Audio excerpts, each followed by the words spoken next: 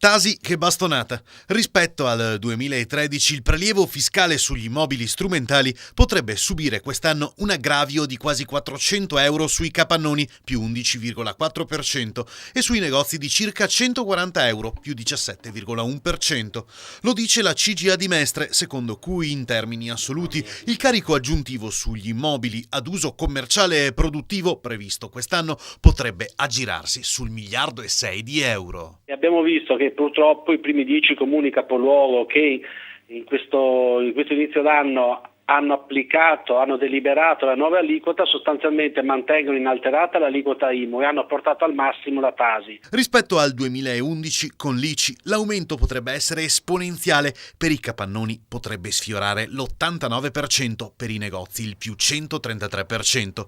Ad essere colpite soprattutto le piccole e medie imprese. Tenendo conto che il 98% anche in Veneto delle aziende a meno di 20 addetti, è chiaro che sono le piccolissime realtà che saranno chiamate a pagare il conto. Tra l'altro sono anche quelle che maggiormente risentono la stretta creditizia, quindi la mancanza di liquidità, ed è chiaro che aumenti come questi sono molto significativi.